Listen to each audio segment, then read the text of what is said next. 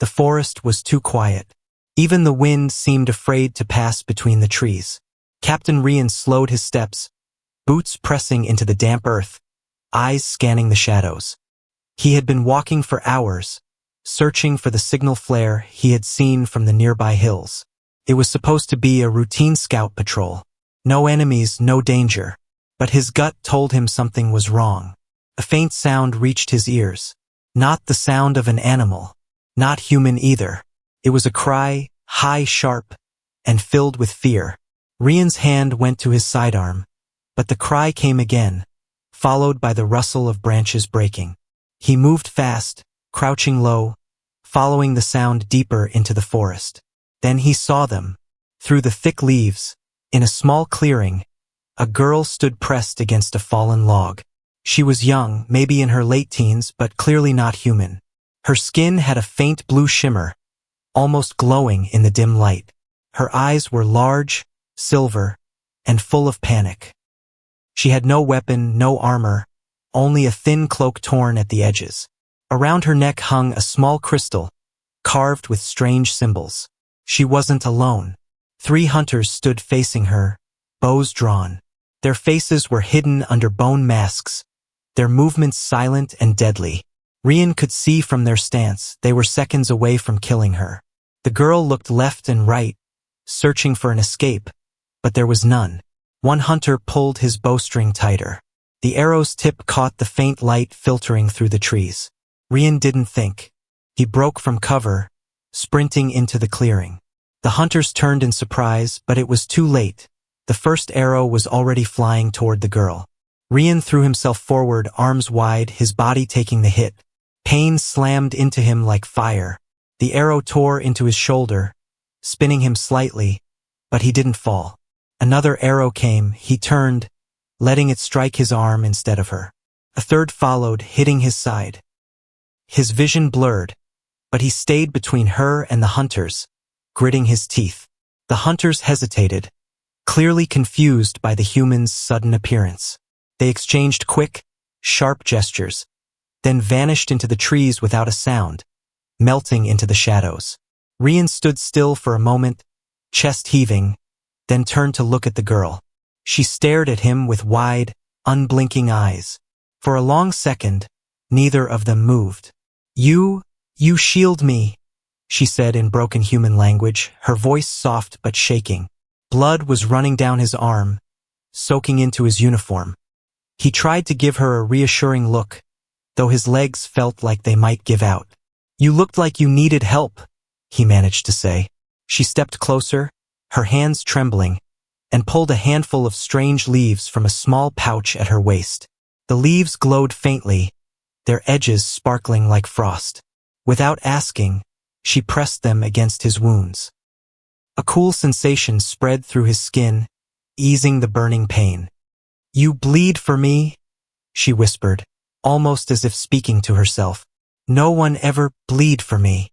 Rian frowned, wondering what she meant. But before he could ask, a sound in the distance made them both turn. A long, low horn echoed through the forest.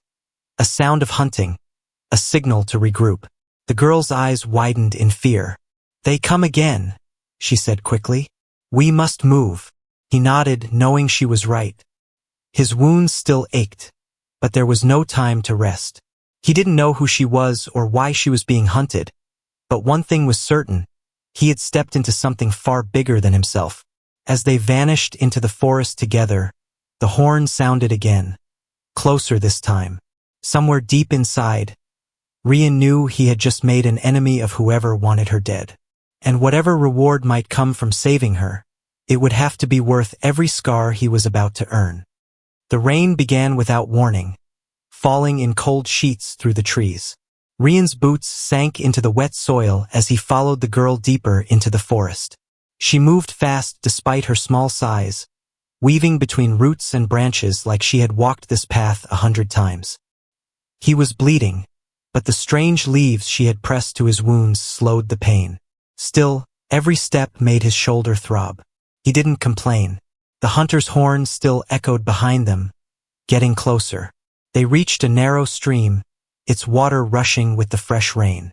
She crouched low, scooping mud into her hands and rubbing it over the crystal around her neck until its glow was gone. "Hide!" she whispered, glancing back at him. Rian didn't understand. "Hide from what?" She pointed at the stream. "Smell. They follow smell. Water hide us." He understood now. The hunters weren't just tracking them by sight.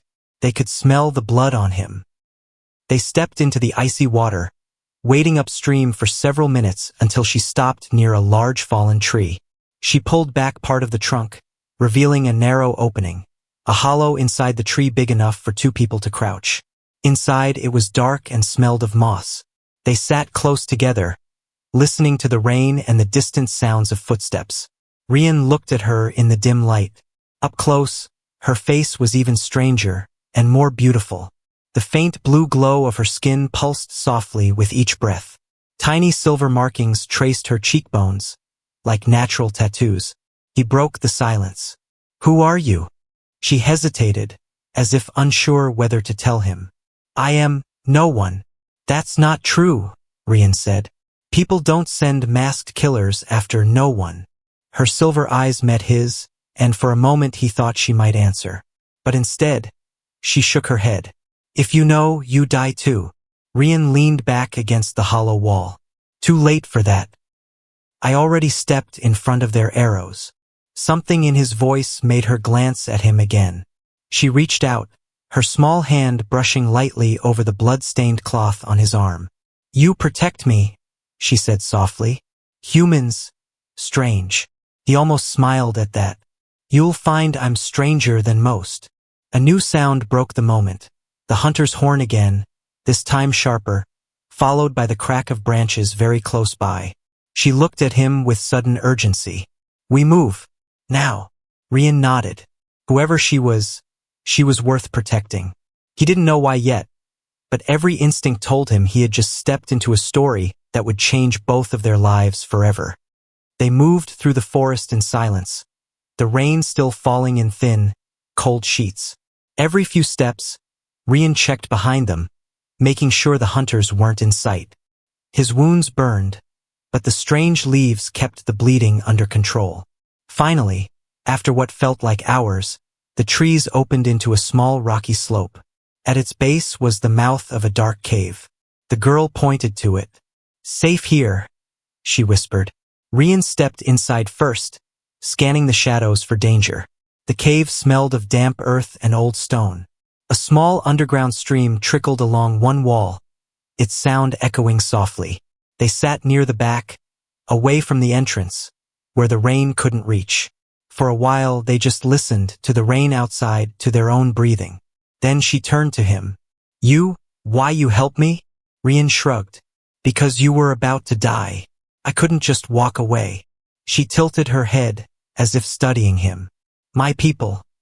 No one help without price." He gave a short laugh. "Then maybe I'm not like your people."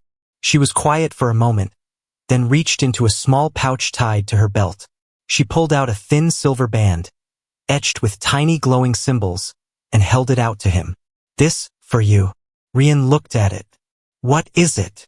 "A promise," she said simply. "In my world, when someone gives blood for you, you give life in return. Cannot give life now, but I give this. It means, I am yours to protect, and I am yours to follow." Her words carried a weight he didn't fully understand, but the way she said them left no doubt. This was more than gratitude. This was a vow. He took the band and slipped it into his pocket. "I'll keep it safe." She smiled faintly. "No, you keep me safe." Before Rian could reply, a sound outside the cave made them both freeze. The snap of a twig, followed by soft, deliberate footsteps. The hunters had found them.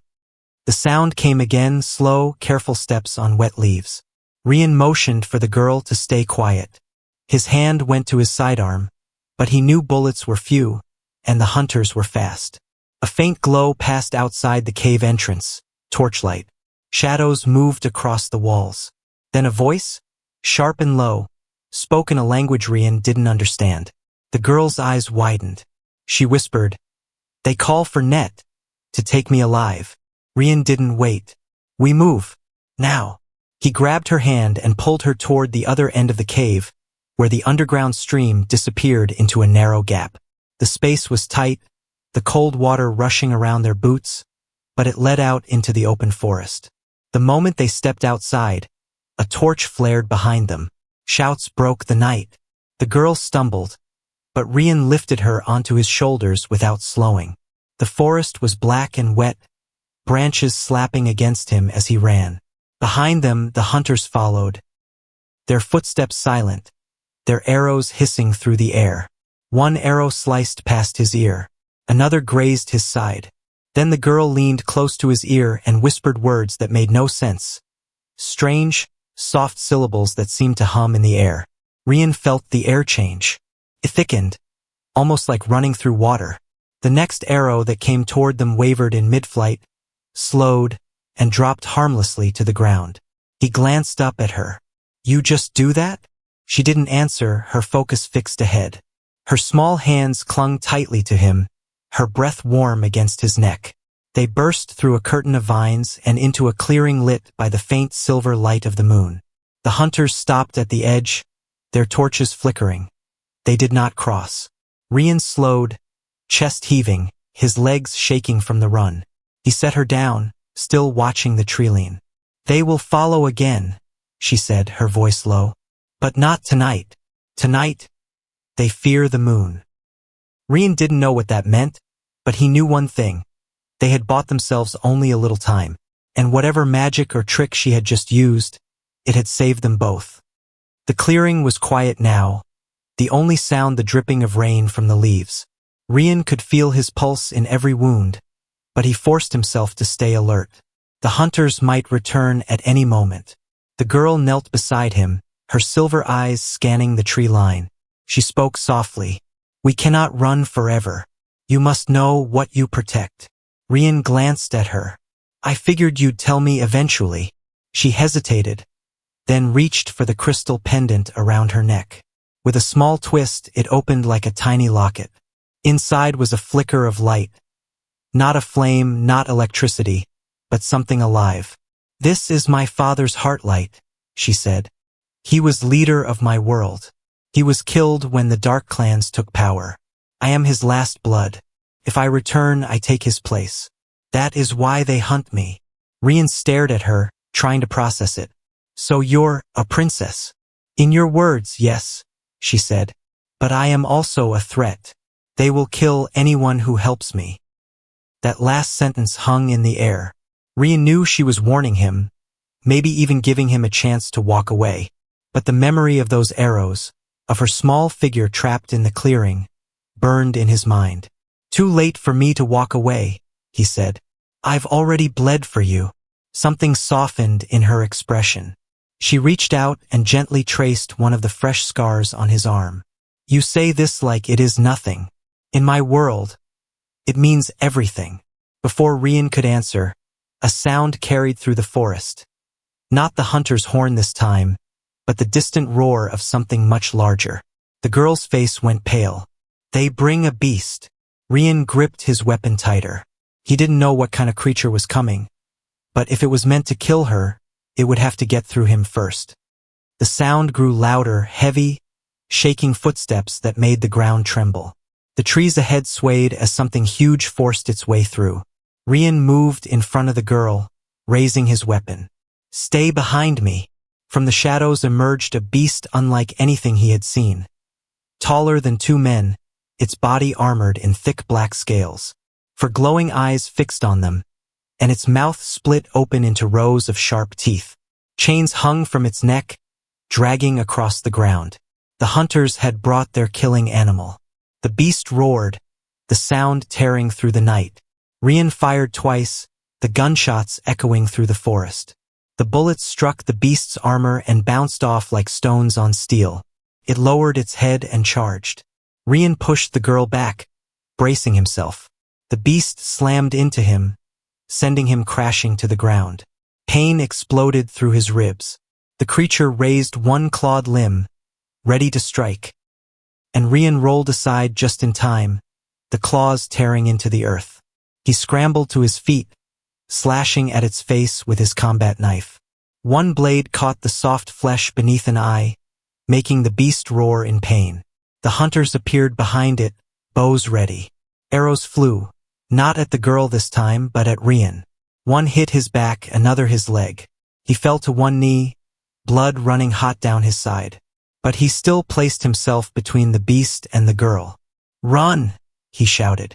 Instead of running, she stepped forward. Her hands glowed with the same strange light from the pendant. She spoke in that ancient, flowing language again.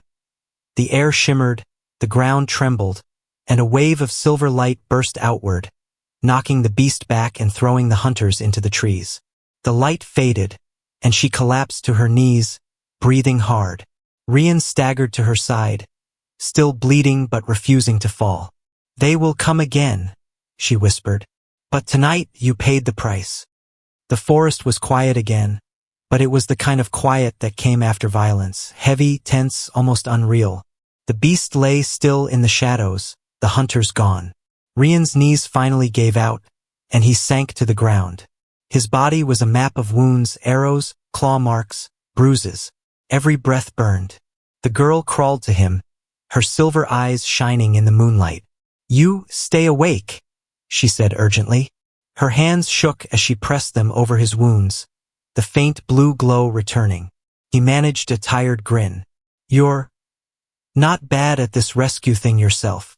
She didn't smile. Instead, she pressed her forehead to his. The pendant between them grew warm, and a pulse of light flowed from her into him. The pain dulled. His wounds began to knit together, leaving faint silver scars. "In my people's law," she said softly, "when someone gives their blood to protect you, you give them your life in return. From this night, I am bound to you. Your enemy is my enemy. Your home is my home." Rian blinked at her, unsure how to respond. "That sounds serious." "It is," she whispered, "and it is my choice." He looked down at the scars, glowing faintly in the dark, then back at her. "Then I guess I'm keeping you alive. For a long time." Her lips curved into a small smile, one filled with relief and something deeper. "Then every scar you wear will be my honor to repay." As the moonlight bathed the clearing, Rian realized the reward wasn't gold, or power, or even safety. It was the unshakable bond of someone who would stand by him until the end, and in that moment, he knew it was worth every scar.